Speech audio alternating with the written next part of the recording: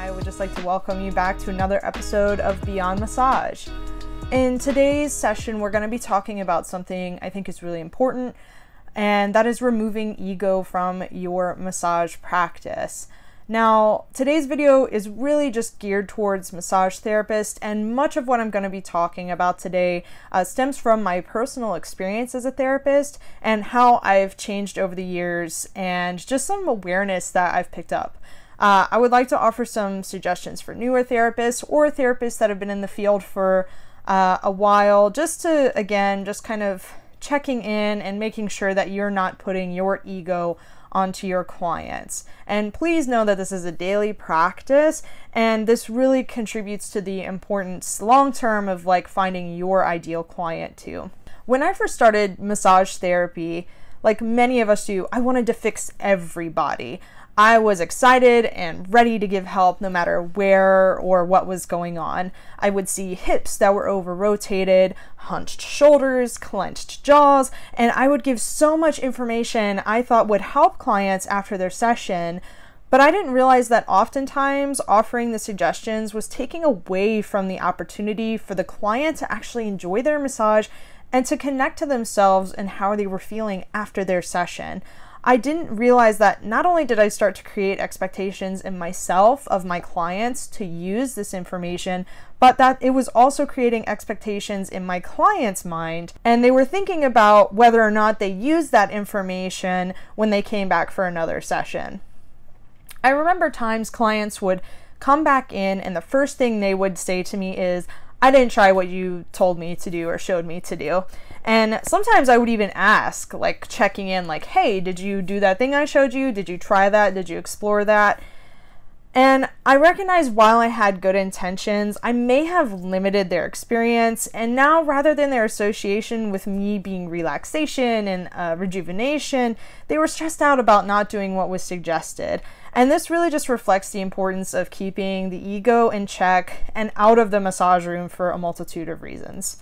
So, to kind of dive in, reason number one, keeping your scope of practice and staying within your scope of practice.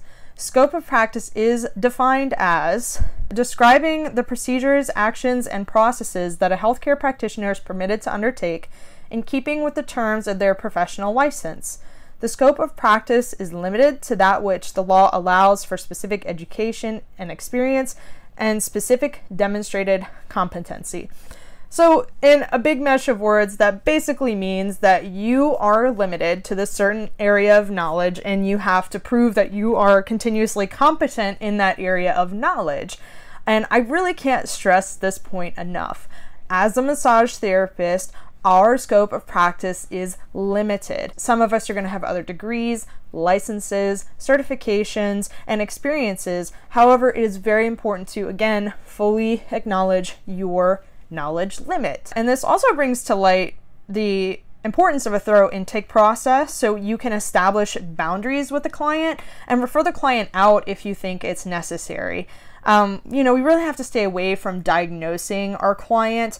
And, of course, during your massage, your client may ask like, "Hey, what do you think about this issue?" or "What did you find?" And a good sentence, honestly, to say before you even give them any kind of suggestion is that "I can't diagnose you, but it seems like this may have been an ongoing problem for you.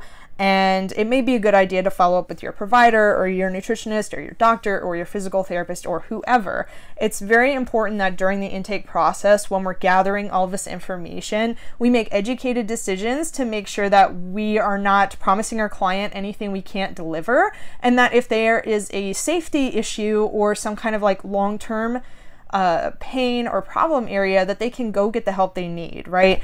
And to kind of give an example, I had a client that came in, and during our pre-consultation, it came up that they had limited range of motion and shoulder pain for over a year. And I just asked a follow-up question, which was, "Have you been to your, PCP, your provider, about this problem since you've been experiencing this?" And their answer was no. And so I told them that the massage would be limited in what kind of, pain relief we could do today, if any, and that due to the length of time they'd been experiencing this issue, to follow up with their doctor. they did go to their doctor and they discovered that they had arthritis in that shoulder. So now not only do we actually know what's going on in that shoulder, we know how to approach that with our massage therapy skills, right? Instead of assuming what we think it might be based on the brief history we get in a 5-minute intake process. More importantly, if you do happen to be a nutritionist, a personal trainer, a yoga teacher, practicing massage therapy, make sure your client actually wants that extra information before just soliciting them with it. Unless you have that experience, of being a nutritionist, a yoga teacher, that degree, that licensure, that book of knowledge and experience and time, and you're staying up to date on your additional knowledge and certifications, and your expanded scope of practice, you have to respect your knowledge limit. It's just really not fair to your client for you to be going and reading things on the internet without actually being in a good environment or a studious environment with professionals and experts in the field, and then suggest to that person to try something when there may be no backing for that. Or you don't have the ability to do tests and procedures like certain professionals do. Remember, it's okay that you can't do it all. That's why there's so many healthcare fields and specialties for us to send our clients to the right person and in the right direction. Even if that's just a more experienced massage practitioner or someone who's certified in a different field like medical massage therapy. The goal is always the well-being of the client, and we have to respect that, and that includes respecting our scope of practice in regards to the client. The second thing that's really important in keeping our ego out of the massage room is making sure we are not dumping on our client or letting our client dump on us. Boundaries are important. There are many times that clients will share with me how they went to get a massage and the therapist would not stop talking. And this is just a really soft reminder. They are coming to you. You are not going to them. So if they come in the massage room and you just start talking about yourself, that's really taking away from their time and their opportunity, because you're the professional that they're paying their money to come get your service, right? Our clients are not our therapists. They're not people to take our load. We're there actually to help them bear their load, right? And of course, it's okay to talk in depth before the session so you can ensure safety and proper goals for the session. But unless your client is the one really initiating conversation, once you're on the table, don't take up their space by sharing your personal life details. It's a good idea just to try to keep the focus on the massage session. This way, you can stay really aware of your client's breathing, what you're palpating, what you're finding, and also if your client kind of gets away or different topics of conversation come up, that's fine. That's okay since they're initiating, but maybe find gentle ways to help bring your client back to the session, like suggesting a deep breath. I usually will say something like, I just want to invite you to take a nice deep breath here, or checking in like, hey, how is the pressure here? Just somehow bringing the conversation back to the session. That way you really maximize the benefits and the time. We love our clients. We want to talk to them. We want to see how they're doing. But save that for before and after the massage as much as you can. That way during the massage is happening at the benefit of both you and the client. And of course, this is by no means super rigid, but the more you can keep the focus on the session, the better your sessions will be overall. Another one I want to emphasize is just showing up with compassion. Giving clients space to be themselves and to show up as they are, and being comfortable with that, whether it's your first session with them or your 50th session with them. It is the best thing we can do as practitioners. We are not here to judge our clients, to tell them what to do, to make them do yoga postures or stretching after every single session. That's not our job. As much as we want our clients to succeed and to do those things, that is their decision to do. And we have to respect them and do our part in meeting them where they are at in life.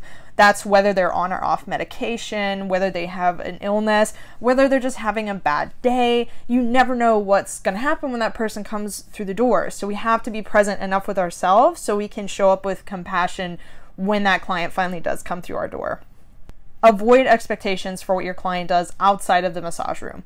Our job is to gather information about their day-to-day and their life, to set goals for that massage session that day, and give them a good experience in the room, and respecting their needs for safety and whatever their comfort is, and contraindications and medical history and so on and so forth. To drive this home, not all clients want homework. I've gotten into the habit of now only offering this information when it's asked for. Now I say something like, may I answer any questions regarding your session today or anything we may have found today? And they may say yes, and they may ask their own question, or they may say no, and I'll just let them know to have a great, beautiful day, to drink lots and lots of water, and to take a nice hot bath and enjoy their day. Once they leave, it is their decision what they do. Don't get your ego caught up. And it can be hard sometimes, right? Because we're doing all this work on their body and we're trying to get somewhere with it. But of course, like, some people may receive the massages and it may help long term. Other people may only get a day of relief. Like, every person is an individual that comes in. So show up with compassion, be present, and be aware for each and every session for each and every client. And take really detailed notes about your session. Your SOAP notes are your safeguard and also the biggest help in your massage practice. The more details, the better. You don't need to include where they went out to dinner, but obviously any changes in health or any changes in routine, whatever it is, your SOAP notes are going to be your guiding light. That way you can make a plan for your next session. And it's a great way to build a foundation for your client-therapist relationship and finding what works for the session and what doesn't. And that's another really good thing, again, showing up with compassion, right, is that you care enough to ask your client, what did you like about your last session? Was there anything you didn't like? Is there anywhere that you feel like maybe you wanted work from your last session that you didn't get for this session? And that's going to help you guys build a better session. And of course, sometimes your client might hit you with stuff you didn't expect. Like, yeah, I actually really didn't like those stretches. Can we not do that this time? Sure, absolutely. Like, thanks for letting me know. We can change and adjust as much as we need. Be prepared for that. Don't get your ego so stuck up in what you want to do that you ignore what your client wants. It's not fair to the client, again, to be coming to you and letting you know what they want or don't want, and you kind of pushing the issue. So lastly, again, to help keep the ego in check in your massage room is to continue learning. Continuing education is the biggest part, and honestly my favorite part about our field. There is so much to learn all the time, and there's a lot of therapists that have been in the field for a long time that may have stopped going to anatomy classes, that may not do continuing education in person, and there's younger therapists that just like bolt out the door with the basics, And the more we know, the bigger our toolbox is. The more we practice, the better we get. We'll never be perfect, but the more we practice, the better we'll get at using our skills and techniques on the table for each and every person that comes in. And we'll also get better at recognizing like when we can't help people, and that's just as valid and important as being able to help them, right? It's like recognizing like, hey, like, I can't give you the pressure that you need, or I don't have a technique for this specific problem, but I do know somebody who works with clients like yourself. Let me give you their phone number. Keeping our hands and minds up to date on new scientific information, make sure that we are doing the best we can for our clients. Anatomy and pathology theories can change every 5 to 7 years. And with new research on fascia coming out rapidly, this is going to be causing even more changes in the future. We're going to be learning so much about the body, and we already know so little in each individual's health. The body is such this vast, amazing machine. And the more we can learn about it, the better we can do with our hands and our minds. And we won't get stuck in routines or stuck doing the same thing. And our clients will get to experience like a new way of receiving massage, which is awesome. So in closing, these are just a few small points. These are just a few things that I've learned to keep my ego out of the room and keep myself in check. Again, our clients are our clients, but they're also like people. They're individuals with their own ways of thinking, their own lives, and the 1 hour that we see them every month, there's so much happening around them. So for us to be able to just show up, to be compassionate, to meet them where they are, to not invade their time with our stuff, and to just do our best with our educational resources, that's the best thing we can give them. Of course, like, again, this is a daily practice. I cannot stress this enough. Like, it's very easy for us to get caught up just because massage to me is a very like emotional practice. It's art as well, and it just takes a lot. And so I encourage you to keep learning. I encourage you to look to those around you for guidance, find mentors, find people who have been in the field and talk to them and see how they feel, see what they've been doing, ask them about classes that they've taken, ask for suggestions like, hey, what's your favorite modality? And just explore, be curious, and have fun. So thank you again for tuning into today's video. I hope you found any of this helpful. and I look forward to bringing you content in the future. Thanks so much.